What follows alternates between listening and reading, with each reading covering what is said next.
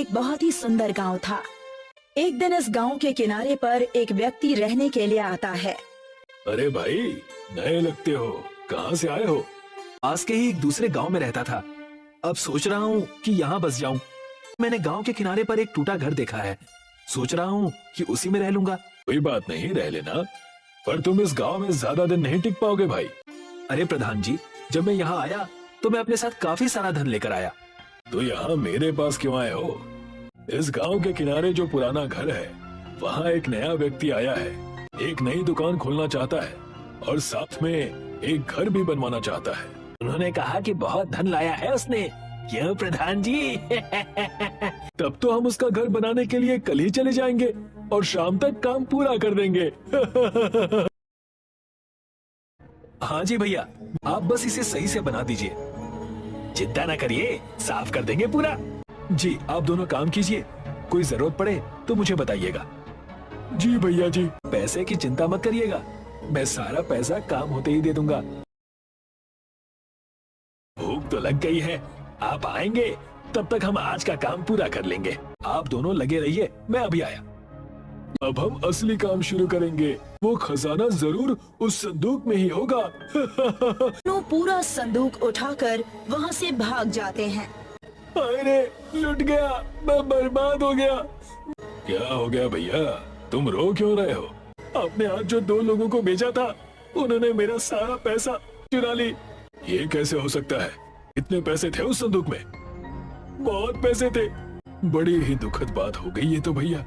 जैसे ही प्रधान उठकर आगे बढ़ता है, उसके थैले से एक सोने का सिक्का गिरता है। ये सिक्का मेरा है, यानी आप भी इस खेल में मिले हुए हैं। अच्छा, तो तुम्हें आखिर पता चल ही गया। बाहर आओ, तुम तीनों मिले हुए हो, मैं समझ गया। बाहर फेंक दो इसे, चल भाग यहाँ से। गांव के लोग गर्मी और सूखे की वजह से बहुत ज्यादा परेशान रहा करते थे। एक तो हमारे गांव में वैसे भी सूखे का अकाल पड़ा हुआ है, ऊपर से तुम्हारा लालच समाप्त होने का नाम ही नहीं ले रहा।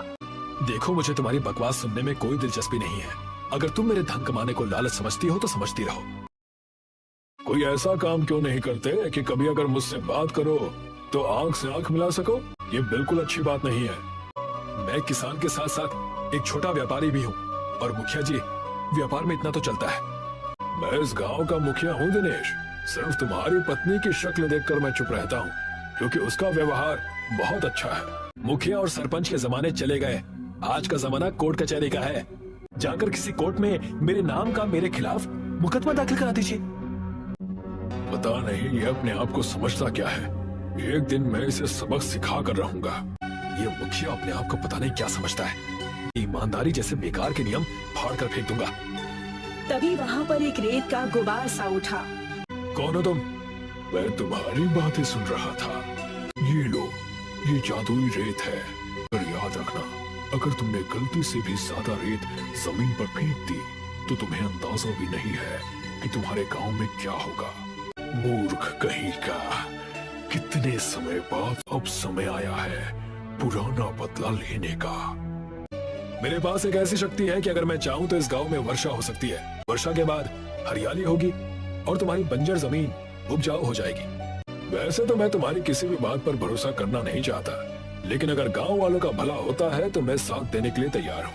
लेकिन पहले वर्षा करा के तो दिखाओ। मेरी इस गांव में जितनी भी जमीन पड़ी है, उपजाऊ होने के बाद उसकी सारी खेती मैं तुम्हें दे दूंगा। तुम्हें ये चमत्कारी चीज कहाँ से मिली? अपने काम से काम रखो मुखिया, और अपने वादे पर अटल रहना। कुछ ही दिनों में गांव की जमीन थोड़ी सी हरी भरी हो गई। लगता है गांव में वर्षा कम हुई है। एक काम करता हूँ, ये सारी की सारी रेत मैं जमीन पर फेंक देता हूँ। एक तेज धमाका हुआ और देखते ही देखते गांव में बर्फ की बाढ़ आ गई। कहाँ हो तुम रेत के व्यक्ति? तुमने तो कहा था कि मैं अमीर हो जाऊंगा। तुमसे मैंने कहा था कि उस रेत का इस्तेमाल ज्यादा मत करना। तुम्हारे गांव वाले तुम्हारे लालचपन की वजह से तबाह और बर्बाद हो गए हैं। अब तुम जानो और तुम्हारा काम जाने। इतना कहकर वो व्यक्ति वहाँ से गायब हो गया। आज तुम्हारे लालचपन की वजह से सारे गांव को कितना नुकसान और कितनी तकलीफ झेलनी पड़ रही है। मुझे क्षमा कर दीजिए, मेरी वजह से गांव वालों को तकलीफ पहुंची है। अब तुम क्या करोगे? फिलहाल तो गांव वालों को ठंड से बचाने का इंतजाम करना होगा। अगर यही दिमाग तुम अच्छे कामों में लगाते तो आज बहुत सफल होते।